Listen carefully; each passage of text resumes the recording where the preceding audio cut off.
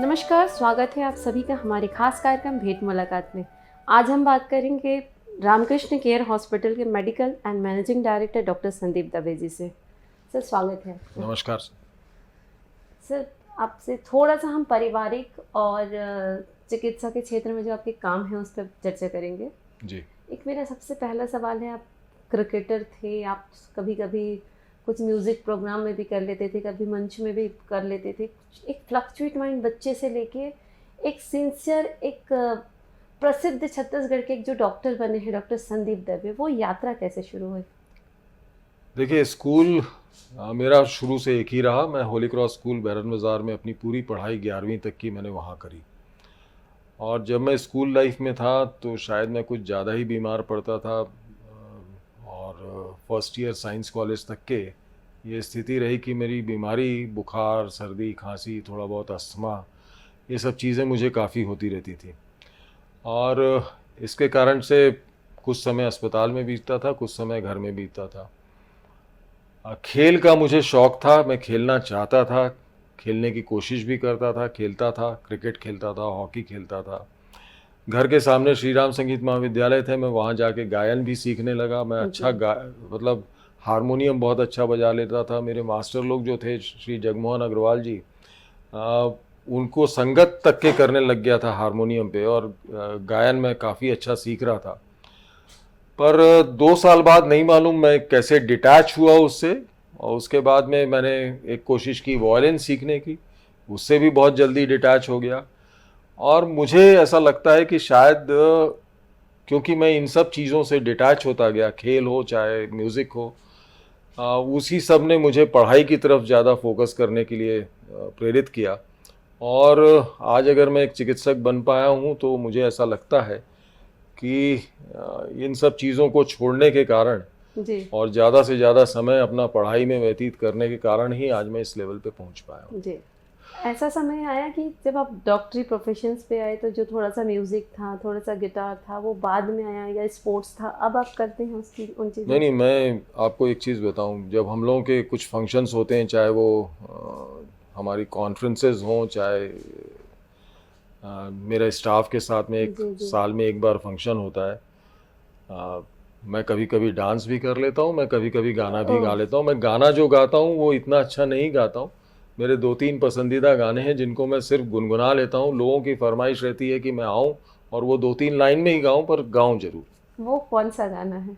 थोड़ा-सा हम लोग हमारे जब दर्शकों कोई के जब लिए। कोई बात बिगड़ जाए मेरा सबसे पसंदीदा गाना है, जिस जी, और वो मेरी कॉलर ट्यून भी है, और मेरे मरीज लोग भी मुझे बोलते हैं कि सर इस कॉलर ट्यून को मत चेंज कीजिए, क्योंकि जब उनकी बात बिगड़ती है तो वो मुझे याद करते हैं। जी। एक आपके साथ में ये वाली बात आती है कि जब कोई आपके पास आता है, पूरे छत्तीसगढ़ से हमने जब लोगों से बात की, तो पेशेंट्स का ये, जो पेशेंट आते हैं उनका कहना ये रहता है कि हम जब डॉक्टर संदीप दवे से मुलाकात हो जाती है, तो वो हमारी आधी बीमारी गायब हो जाती है। बिना किसी सर्जरी के, बिना उनका वो बोले जो आपका एक बहुत सामान्य सा बात होता है कि कल आ जाना, कर लेंगे। मतलब जो आज का दौर चल रहा है, डॉक्टर डराते हैं, बहुत बड़े बड़े बिलिंग की बात होती है, एक पेशेंट आके अधमरा हो जाता है और जगहों पे। तो वो ऐसा कौन सी चीज़ है जो आपके साथ में जो पेशेंट का एक अटैचमेंट रहता है?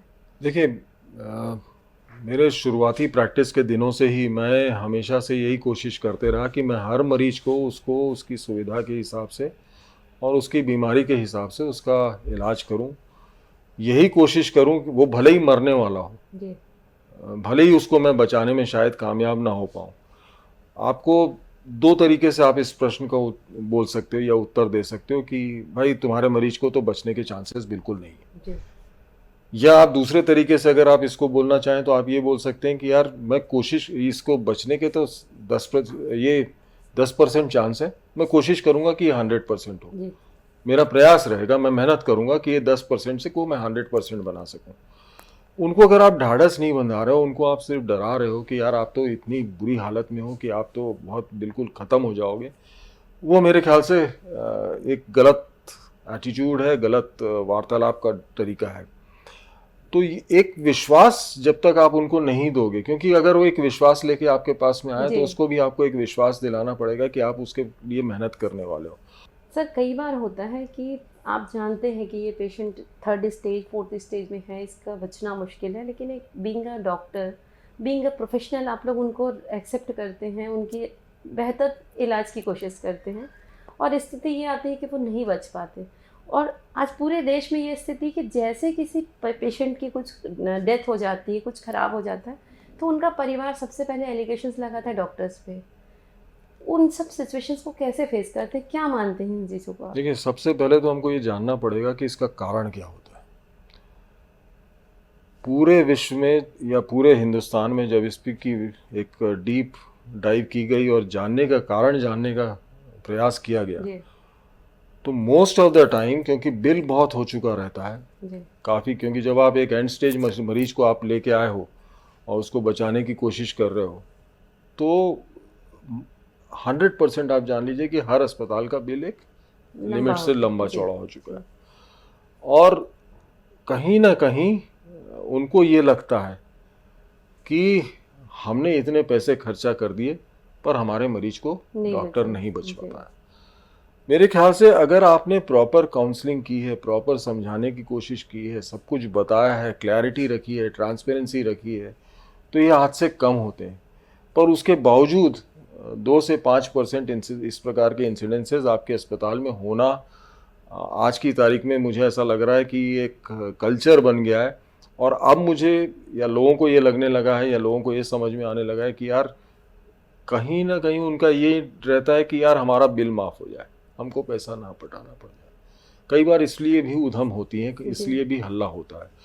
ये गलत, मैं मानूंगा इसको कि ये गलत वो बनता जा रहा है, एक कल्चर कल्चर बनता जा रहा है। इसको हमको रोकना चाहिए। अगर आपको कोई शिकायत है, अगर आपको कोई दिक्कत है, आप आराम से चर्चा कीजिए, आप समझने की कोशिश कीजिए। डॉक्टर अपने मरीज को मरने नहीं देना चाहता, कोई भी, पर वो इंसान है, एक आम इंसान है, उन्हीं की तरह हड्डी मांस का बना हुआ इंसान है। वो भगवान नहीं है, भगवान का रूप हो लोगों ने बना दिया है। उसने खुद नहीं बोला कि मुझे भगवान के रूप मानो, वो भी आपकी तरह से इंसान है। तो इंसानों से इंसान सिर्फ प्रयास कर सकता है। जिंदगी और मौत तो ऊपर वाले के हाथ में, मेरे हाथ में तो नहीं है। हर आदमी का जन्म और मृत्यु निश्चित है कि इस समय जन्म होगा, इस समय मृत्यु होगी, ये तो ईश्वर ने तय किया होगा। तो आप उसको डॉक्टर को क्यों ब्लेम कर रहे हो? आप खुद घर में 2 महीना पड़े रहे, बैठे रहे, इंतजार करते रहे, और जब मरीज की हालत बहुत ज़्यादा खराब हो गई तब आप अस्पताल लेके आए। तो कई बार देरी होती है मरीज को लाने में, क्योंकि हमारे यहाँ उतना एजुकेशन, उतनी अवेयरनेस नहीं है, और कई बार हम टालते हैं। हमको यही कोशिश रहती कि नहीं यार, गलती तो डॉक्टर की है। और ऐसा नहीं है हर मौत के साथ। मुझे तो खास करके, मैं तो आपको एक चीज़ बताऊं कि हर मृत्यु को मैं इतना डिसेक्ट करता हूं कि मैं जानने की कोशिश करता हूं कि मेरे से कहाँ गलती हुई, और ये गलती मैं अगले मरीज में ना दोहराऊं। ये गलती नहीं होनी चाहिए मुझसे हर मरीज में, क्योंकि कई बार ऐसा होता है कि कई ऐसे मरीज रहते हैं जो कि एक लाइफ टाइम एक्सपीरियंस रहते हैं आपके लिए। आप जिंदगी में पहली बार उस चीज़ को देखते रहते हैं, आपने कभी उसके पहले वो चीज़ नहीं देखी है। सर, कोविड पीरियड के समय में ये हुआ था कि डॉक्टर पूरे 48 घंटे की नौकरी कर रहे थे। नौकरी कहना चाहिए, वो तो सेवा थी उनकी। और उस पीरियड में एक बहुत ये हो रहा था कि हम अपने परिवार वालों से भी मिल नहीं पा रहे, एक दहशत का माहौल था। बीइंग अ प्रोफेशनल डॉक्टर्स के हिसाब से आप उस समय कितना अपने आप को सेफ रख रहे थे, और लोगों के साथ में जो आपका एक था कि उनको एक जो आपका नेचर है, बेसिक नेचर है आपका, कि वो आप इमोशनल अटैच होकर बात करते हैं, वो कैसे मैनेज कैसे कर रहे थे? मैम, मैं आपको बताऊं, मैं पूरे कोविड जितनी भी वेव्स आई, जब भी मेरे यहाँ अस्पताल में कोविड के मरीज भर्ती रहे, मैं रोज़ पीपी किट पहन के अंदर जाता था। ऐसा एक दिन नहीं हुआ जब मैं पीपी किट पहन के अंदर जाके हर मरीज से ना मिला हूँ। मैं कोशिश करता था कि मैं हर मरीज से मिलूँ। कई बार ऐसा हुआ कि मैं बिना पीपी किट पहन के भी चला गया। मेरी सेहत या मेरे कुछ ऐसे लंग्स के प्रॉब्लम हैं जिनके कारण मुझे मेरे डॉक्टर्स बोलते थे, सर आप ये मत करिए, आप अपने आप को रिस्क में डाल रहे हैं। मेरे घर में भी एक 80-85 वर्ष की मेरी माता जी हैं। डेफिनेटली जब घर में बुजुर्ग होता है तो आपको कोशिश ये रहती है कि आप अपने घर के वालों को भी सेफ रखो। उसके बावजूद हम लोग रोज़ ये कोशिश करते थे कि मैं कम से कम एक बार अपने मरीज से ज़रूर मिलूं। जितने भी मरीज अस्पताल में भर्ती हैं, मैंने एरियाज़ डिवाइड करके रखे थे। मैं अस्पताल में बैठा रहता था, मैं अस्पताल में सुबह से लेके आज जो आता था, सुबह 8 बजे 9 बजे आता था, शाम को 5 बजे 6 बजे जाता था। बिस्तरों की कमी थी तो हम लोग 12-1 बजे पूरे डॉक्टर बैठ के डिसाइड करते थे कि कैसे कौन से मरीज डिस्चार्ज हो रहे हैं, कितने बिस्तर हमको आज मिलेंगे, हम कितने भर्ती कर पाएंगे। मरीजों की तादाद बहुत ज़्यादा थी और बिस्तर हर अस्पताल में कम पड़ रहे थे। जी ऐसी स्थिति में चिकित्सकों ने, नर्सों ने, सब लोगों ने अपनी जान लगा के, अपनी जान को जोखिम में डाल के, कई सारे चिकित्सक खत्म हुए, कई सारे नर्सेस खत्म हुई। उसके बावजूद लोग लगे रहे, मेहनत करते जी रहे। एक ऐसी विपदा को टालने में हम सब, जनता, मीडिया, पुलिस, डॉक्टर्स, नेता, सबने एक प्रकार से हाथ मिला के, कंधे से कंधा मिला के इस बीमारी को, इस पैंडेमिक को, इस महामारी को हराया है। सर, मेडिकल की जो जब तक कोविड पीरियड नहीं आया था तब तक लोगों का एक रहता था कि मेडिकल भी प्रोफेशनली काम करते हैं। आज की जो सिचुएशन है उसमें आपको एजुकेशन के हिसाब से मेडिकल की ऐसी कौन सी स्टडीज़ कराना चाहिए कि पुराने स्टडी की पद्धति से चलना चाहिए या नई स्टडी को हमारे पास ला के फिर वर्क करना देखिए चाहिए? देखिए समय हर साल बदलता जा रहा है, हर दिन बदलता जा रहा है, जी परिवर्तन होता जाता है, रोज़ नई नई चीज़ें आती हैं, नई नई बीमारियां आती हैं। कोविड गया है तो all of a sudden dengue और स्वाइन फ्लू के केसेस बहुत तेज़ी से अभी बढ़ रहे हैं। जी और बीमारियां नई नई आती रहेंगी। इन्फेक्शियस डिजीज़ मैं आपको बता दूं, कोविड से ही ख़त्म नहीं हो गई हैं। नए नए इन्फेक्शंस आप अगर पिछले 5-7 साल में देखेंगे तो जी आप ये पाएंगे कि हर साल 2 साल में कोई ना कोई नया इन्फेक्शन आ रहा डेवलप है, हुआ है। डेवलप हो रहा है। जी ठीक है। और ये एनवायरनमेंट में जो पॉल्यूशन या इस प्रकार की जो चेंजेस हो रहे हैं, एनवायरनमेंट जी में जो चेंजेस हो रहे हैं, या हमारे माहौल में जो परिवर्तन हो रहा है, उसके कारण से ये सब चीज़ें बढ़ती जा रही जी हैं और ये और बढ़ती जाएंगी। इसमें कोई इन्फेक्शियस डिजीज़ में कोई कमी नहीं आएगी। बट एक दूसरी चीज़ भी है जिसको कि हम नॉन कम्युनिकेबल डिजीज़ बोलते हैं, जिसमें डायबिटीज़, ब्लड प्रेशर, हार्ट की बीमारियां, ओबेसिटी, जी आर्थराइटिस, ये सब चीज़ें जो लाइफस्टाइल डिजीजेस हैं, इनका भी नंबर बढ़ते जा रहा है। और अनफॉर्चुनेटली हमारा जो देश है उसमें सबसे ज़्यादा, एक तो पॉपुलेशन ज़्यादा है जी और इनके नंबर्स बहुत तेज़ी से बढ़ रहे हैं। आज ये जवान से जवान 20-22 साल के लोगों को भी हार्ट अटैक कॉमन हो गया है। तो हमको संभलना पड़ेगा, इन सब चीज़ों पे काम करने की आवश्यकता है। कैंसर बहुत तेज़ी से बढ़ रहा है, इन सब चीज़ों पे हमको बहुत एग्रेसिवली भिड़ना पड़ेगा। जी जी कोविड ने हमको, हमारी सरकारों को ये समझाया है कि चिकित्सा पे व्यय कीजिए, चिकित्सा पे खर्चा कीजिए। दूसरा, एजुकेशन पे खर्चा कीजिए। ये जी दो चीज़ों को ही, जब आप इन दो चीज़ों पे स्वस्थ अगर आप रहेंगे, अगर आप पढ़े लिखे रहेंगे, तो ही आपका देश आगे बढ़ सकता है। आपने एक नई टेक्नोलॉजी लाई है लेप्रोस्कोपी जी सर्जरी की, वो क्या है? मतलब एक आम जनता जानना चाहती है कि लेप्रोस्कोपी सर्जरी कैसे काम करती है, उसका प्रोसेस क्या होता है, कैसे पेशेंट आपके पास टच कर सकते हैं? देखिए, 1989 में जब मैं एमएस सर्जरी करके निकला, जी आ, उसी वर्ष ये लैप्रोस्कोपिक सर्जरी विश्व के पटल पर आई थी। और फ्रांस में एक सर्जन है, उन्होंने सबसे पहले इसको किया था जी और गॉल ब्लैडर निकाला था लैप्रोस्कोपिक पद्धति से। अब लैप्रोस्कोपिक पद्धति में पेट में कुछ छोटे छोटे छेद करके आप दूरबीन एक अंदर डालते हैं और एक स्क्रीन पर वो दूरबीन आपको अंदर की पिक्चर मॉनिटरिंग पूरी है। की पूरी जी मॉनिटर पे वो पिक्चर देती है। बाकी 3-4 छेद से आप अपने औजार अंदर डालते हैं, तो आप डायरेक्ट पेट के अंदर ना देख के एक स्क्रीन पर पेट को या मॉनिटर पे जी पेट जी के अंगों को देख के आप ऑपरेशन करते हैं। इसको हम लैप्रोस्कोपिक सर्जरी या की होल सर्जरी बोलते हैं। जिस वक्त हमने शुरू की थी उस वक्त सिर्फ गॉल ब्लैडर का ऑपरेशन इससे होता था, या अपेंडिक्स का ऑपरेशन होता था, या कुछ छोटे मोटे और ऑपरेशंस होते थे। सबसे पहले इसके द्वारा महिला नसबंदी का ऑपरेशन जो था जी वह करने शुरू हुआ था। पर धीरे धीरे आज की तारीख में इस पद्धति के द्वारा आप पेट का कोई भी बड़ा ऑपरेशन, छाती का कोई भी बड़ा ऑपरेशन, चाहे लंग निकालना क्यों ना हो, चाहे लीवर को काट के निकालना क्यों ना हो, जी आप सब ऑपरेशन लैप्रोस्कोपिक सर्जरी से कर सकते हैं। तो इसमें काफ़ी समय मैंने दिया, 1992 से लेके आज 2022 तक, आज 30 साल करीब करीब मैंने लैप्रोस्कोपिक सर्जरी जी को दिया है। और पिछले 3 महीने से मैं अब एक नई विधा सीखने की कोशिश कर रहा हूँ, और या सीख चुका हूँ और उसको अब और डेवलप कर रहा हूँ, दैट इज़ रोबोटिक सर्जरी। जी रोबोटिक सर्जरी मध्य भारत का ये पहला हॉस्पिटल है जी जहाँ हो रहा है।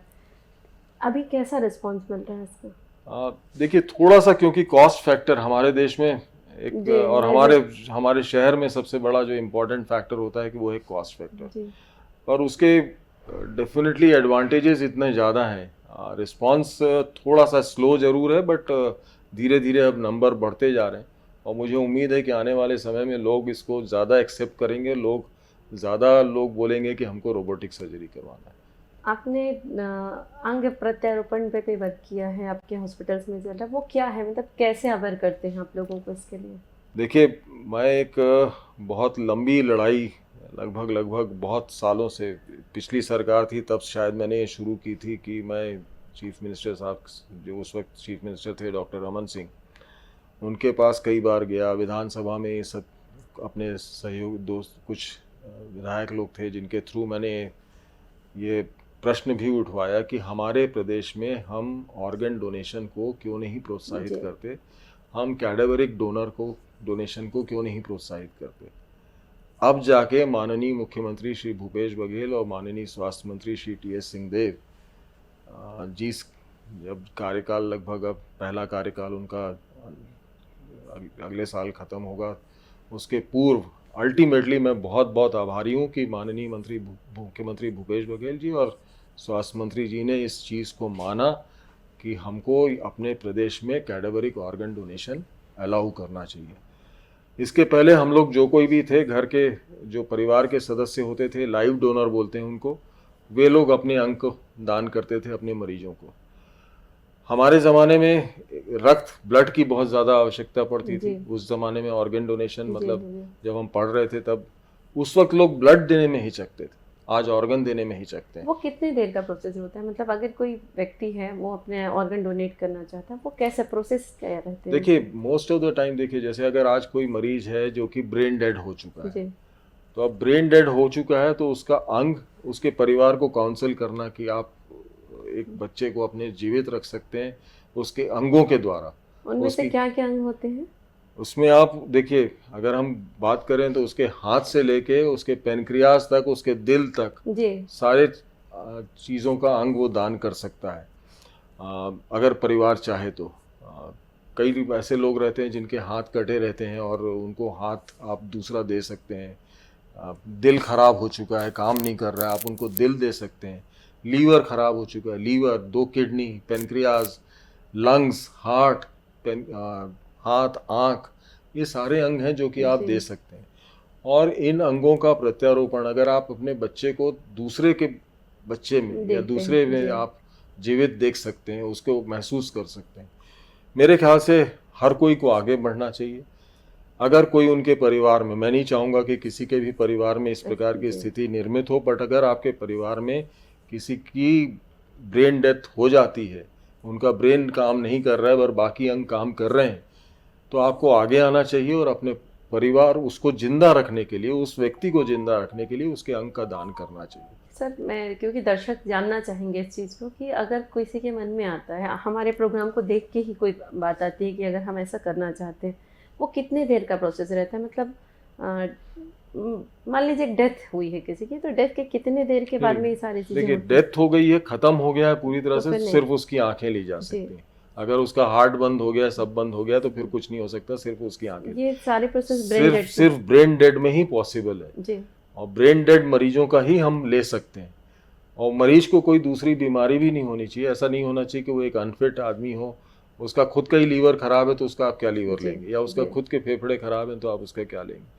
इसमें जो मोस्ट ऑफ द टाइम जिनका लिया जाता है वो एक्सीडेंट केसेस जो रहते हैं, जो हुए रहते हैं और जो आते हैं, जब तक अस्पताल पहुंचते हैं या 1-2 दिन बाद उनका ब्रेन काम करना बंद कर देता है, तो उसी प्रकार के लोगों के अंग लिए जाते हैं। छत्तीसगढ़ में इसमें कितना रिस्पॉन्ड आ रहा है, कैसे है, लोग आते हैं? अभी तो प्रक्रिया शुरू हुई है, अभी लोग रजिस्टर करवाना चालू किए हैं। अभी जिनको अंगों की ज़रूरत है वो लोगों ने रजिस्ट्रेशन उनका रजिस्ट्रेशन अब चालू है। किसी भी प्राइवेट अस्पताल में जिसमें अंग प्रत्यारोपण की सुविधा उपलब्ध है, वे वहाँ जाकर एक नॉमिनल सी फीस सरकार ने रखी हुई है, वो फीस जमा करके अपना रजिस्ट्रेशन करवा सकते हैं। उनका सोटो में रजिस्ट्रेशन हो जाता है। तो जब भी कोई ब्रेन डेड, किसी भी अस्पताल में खबर आती कि उस अस्पताल में ब्रेन डेड है, तो जो सोटो है वो डिसाइड करता है कि इस बंदे का ऑर्गन किस किस व्यक्ति को किस प्रायोरिटी से, उसकी एक प्रायोरिटी लिस्ट रहती है, उसकी एक लिस्ट रहती है जी और उसका एक सीवियरिटी स्कोर रहता है, किस मरीज को सबसे पहले हेल्प करना आवश्यक है।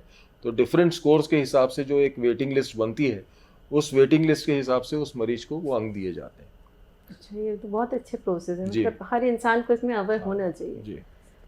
सर, जिस तरीके से छत्तीसगढ़ में एक राजनीतिक माहौल है और डॉक्टर संदीप दवे को कभी कभी राजनीति से भी जोड़ा जाता है, तो कितना सही मानते हैं और कैसा होना चाहिए, मतलब देखिए ये जो। उसका मैं सिर्फ एक ही प्रश्न, इस प्रश्न का उत्तर यही दे सकता हूँ कि मैं राजनीति में कभी नहीं आऊँगा। जी ये हो सकता है कि जितने लोग राजनीति में हैं उन सबसे मेरे बहुत मधुर और अच्छे संबंध हैं और मेरा प्रयास यही रहता है कि मैं किसी भी तरीके की राजनीति में ना घसीटा जाऊं और मुझे राजनीति से बहुत परहेज सर, है। आप तो मतलब दोनों पार्टी, जो यहाँ की दोनों बड़ी पार्टी हैं, दोनों पार्टी में लाइकिंग रहे हैं जी। और दोनों पार्टी का कभी ऐसा रहता है कि आप हमारे पास आ जाइए, आप हमारे पास आ जाइए, कभी ऐसा नहीं लगा कि चलिए ये सारी झंझावट को छोड़ के मैं राजनेता बन जाऊँ? मुझे ऐसा लगता है कि मैं क्यों दोनों पार्टी में पसंद किया जाता हूँ या लोगों के उनके बीच में मेरा परिचय क्यों है, जी, उस क्यों का उत्तर यह है कि मैं एक अच्छा डॉक्टर जी हूँ। जी। तो मैं एक अच्छा डॉक्टर बना रहा हूँ, वही बहुत अच्छा है, मैं उसी में खुश हूँ। सर, जब डॉक्टर सारी जगह इलाज करता है, सब जगह को एक मतलब एक लास्ट मोमेंट तक उसको लगता है कि मैं सारा अपना काम अच्छे से करूं, कभी डॉक्टर भी बीमार पड़ते हैं। जब वो बीमार पड़ते हैं, आपके साथ में भी जो तकलीफ़ें आई, आप सबसे पहले अपनी जो तकलीफ़ें किससे शेयर किए? मेरी जो पहली तकलीफ थी उसमें मुझे पता ही नहीं था कि मैं किसके साथ शेयर करूं और मैं ओटी के अंदर ऑपरेट कर रहा था और ऑपरेट करने के बाद में मेरा एक जांच होनी थी। जी उस जांच प्रक्रिया के दौरान मैं वेंटिलेटर पे चला गया और ज़िंदगी में पहली बार एहसास हुआ जब मैं होश में आया कि ऐसा कोई व्यक्ति, और मेरे ब्रदर जो अब जीवित नहीं है, वो उन्होंने मेरा बहुत साथ दिया और उन्होंने मेरा ध्यान मेरी पत्नी के साथ में इतना और मेरे दोस्तों के साथ में इतना ज़्यादा रखा कि मैं आपको बता नहीं सकता। वो हर मौके पर मेरे साथ रहे। जब भी मैं बीमार पड़ा पिछले 3 साल में, जहाँ भी मेरे को ले जाया गया, मेरी वाइफ और मेरे ब्रदर, मेरे दोस्त डॉक्टर अब्बास नकवी, संजय शर्मा, ये सब लोग ने बहुत सहयोग किया और doctor Girish Agarwal, doctor Sushil Jain, doctor Manoj Gurjar, doctor Praful Agnihotri, ऐसे बहुत सारे लोग थे जिन लोगों ने मेरा साथ दिया। डॉक्टर संजय शर्मा जब भी मेरे परिवार को कुछ निर्णय लेना होता था तो उनकी तरफ ज़्यादा देखता था, क्योंकि हमारे दोस्तों के बीच में माना जाता है कि उनसे इंटेलिजेंट शायद कोई नहीं है। जी और हम लोग, मेरा परिवार खास करके, जब मैं अमेरिका भी गया तो मेरा ऑपरेशन जब होना था तो उसके एक दिन पहले डॉक्टर संजय शर्मा को ही यहाँ से बुलाया गया कि भाई आप आ जाओ, सो दैट कुछ डिसीजंस अगर मेजर लेने होंगे तो वो डॉक्टर से हम आपकी चर्चा करवाएंगे, आप बात करिएगा। तो है, दोस्तों का सहयोग है बहुत ज़्यादा। जैसे आप लोग हैं कि आप सभी पेशेंट्स को कहते हैं कि आप रूटीन चेकअप करवाइए, ये सब करवाइए, डॉक्टर्स करवाते हैं? जी, मैं हमेशा हर साल में एक बार अपना चेकअप, जब से ये 3 साल के बाद कि पहले करवाते थे? नहीं 3 साल के बाद में थोड़ा सा ज़्यादा जी रेगुलर हो गया हूँ। जी पर ऐसा होता था कि कहीं ना कहीं, कभी ना कभी अगर छोटी सी भी तकलीफ होती थी तो एक अपना इन्वेस्टिगेशन करवा लो। साल में एक ना एक बार तो हो ही जाता था। सर, चलते चलते एक जो आपका सबसे फेवरेट अरे गाना है वो दर्शकों के लिए थोड़ा सा गुनगुनाइए। जब कोई बात बिगड़ जाए, जब कोई मुश्किल पड़ जाए, तुम देना साथ मेरा। धन्यवाद। दोस्तों, ये थे डॉक्टर संदीप दवे, जिन्होंने आज अपने चिकित्सक के क्षेत्र से लेकर पारिवारिक जीवन पे चर्चा करी। अगले एपिसोड में हम इसी तरीके से किसी शख्सियत से आपकी मुलाकात करेंगे। तब तक के लिए धन्यवाद।